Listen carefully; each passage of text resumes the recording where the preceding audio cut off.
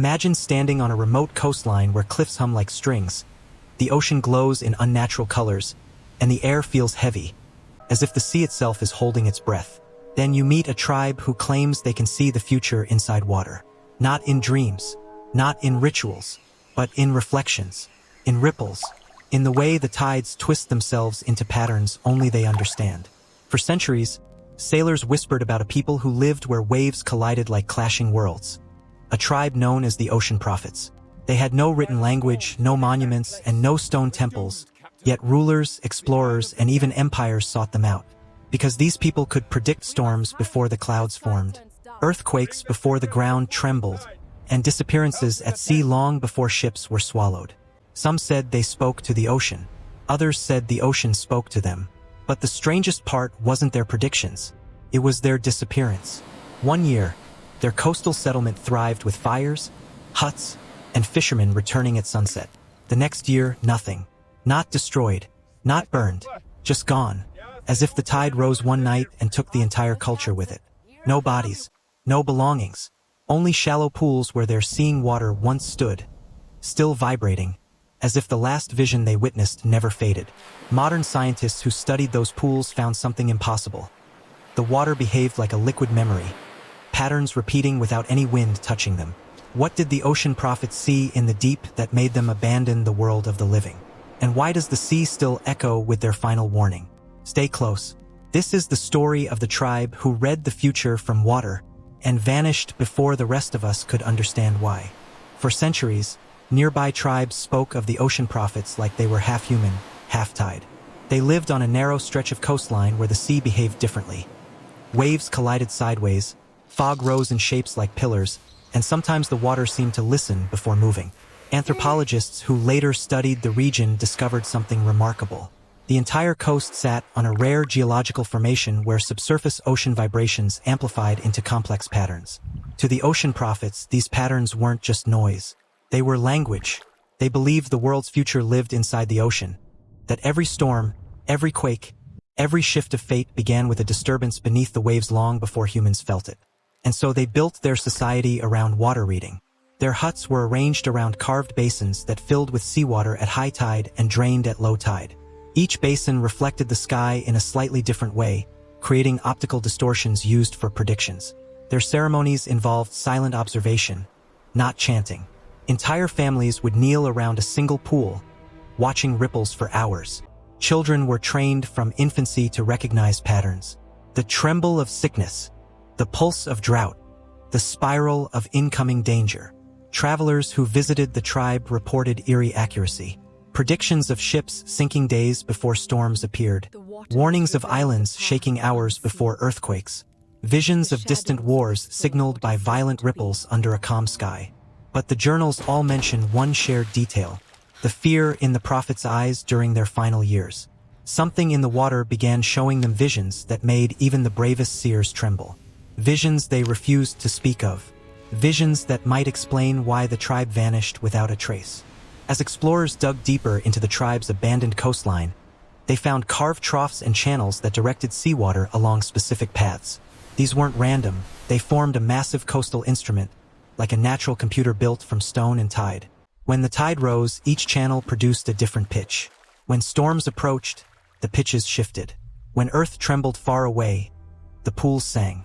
This system allowed the ocean prophets to interpret seismic and atmospheric signals long before other humans even noticed them. But then something unusual happened. The tones started changing.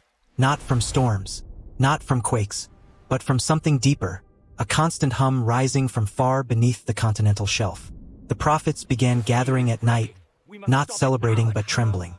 One entry in a lost sailor's journal said, "They looked into the water and saw not waves, but shadows moving upward." Another, "The water shivered as if alive." The seers began to weep. Modern researchers speculate they witnessed a deep ocean phenomenon. Maybe volcanic activity, maybe a megathrust movement, or something entirely unknown to science. The tribe's last carvings depict a giant spiral rising from the ocean floor, swallowing islands, bending coastlines. But the strangest carving of all shows figures walking into the sea willingly, as if answering a call. Did they foresee a disaster? Did they believe the ocean demanded a sacrifice? Or did they follow a prophecy ordinary people weren't meant to understand? Whatever they saw made them abandon their entire world. The deeper the researchers went into the tribe's water system, the stranger the discoveries became. The stone basins were lined not with ordinary rock, but with a rare mineral capable of amplifying vibrations, similar to modern resonant technologies. Tests showed that even the softest ripple could generate frequencies strong enough to trigger visions, vertigo, or intense emotional reactions in humans.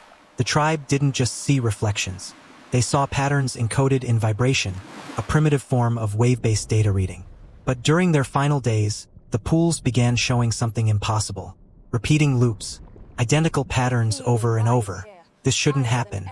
Ocean patterns are never identical, unless they weren't reading the present anymore. They were reading a future event repeating itself. Their final carvings show a coastline breaking apart, massive waves swallowing forests, cities collapsing, and a spiral of water rising not from the sky, but from deep below. The last drawing isn't a disaster map. It's a pathway, a shape guiding people toward the sea. Some historians believe the tribe didn't die. They followed their prophecy, walking into the ocean as the final pattern demanded. Others believe the ocean physically reclaimed them during a massive event we haven't yet discovered in the geological record. But the most unsettling theory of all, the prophets foresaw something that hasn't happened yet. Something still approaching. Something the ocean is trying to warn us about. Today, the coastline where the tribe lived is eerily quiet. No birds, minimal waves, electronics malfunction near the old basin sites. Even researchers claim the air listens, as if the land remembers what the ocean prophets knew. The repeating water patterns found in the abandoned pools match modern simulations of deep-sea megastructures shifting, meaning the tribe may have observed something occurring miles beneath the surface. Something still moving, something rising. Scientists now know the ocean floor contains trenches deeper than Everest, pressure zones that crack rock like glass, and volcanic chambers capable of reshaping entire regions without warning. What if the ocean prophets weren't primitive mystics? What if they were the earliest observers of the most powerful forces on Earth? Forces we still barely understand.